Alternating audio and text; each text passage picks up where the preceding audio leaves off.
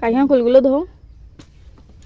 কিনবো কম দামে, যা একটা কিনতে 15-16 টাকা কিনতে ওরা দেবে সেগুলো করে থিতি করে মাখাই মেতেই দেবে।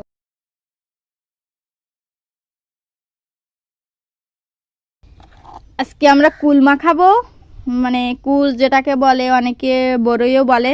তো এই যে কুলগুলো প্রথমে গাছ থেকে আমরা পেড়ে নিয়ে সুন্দর করে ধুয়ে নিলাম, এরপরে হচ্ছে পাটাই দিয়ে একটু থেতো করে নিলাম। এবার আমরা কুল মাখাবো।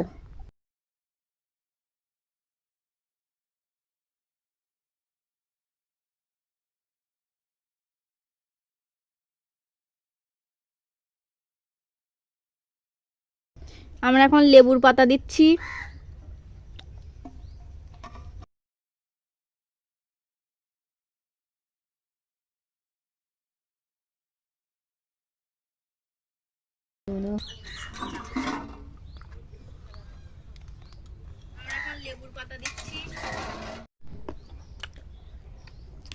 আমাদের কুল মাখানো শেষ, আমরা এখন সবাই মিলে কুল খাচ্ছি। আর এই যে পরিবেশ, এটা কিন্তু শুধু গ্রামে ছাড়া শহরে এই পরিবেশগুলো আসলে এভাবে খাওয়া সম্ভব না। গ্রামে আসলে শুধু একটাই মজা, বিকাল হলে কিছু না কিছু এই যে খাওয়া, আর সবাই মিলে এক জায়গায় বসে খাওয়া, ভীষণ ভালো লাগে।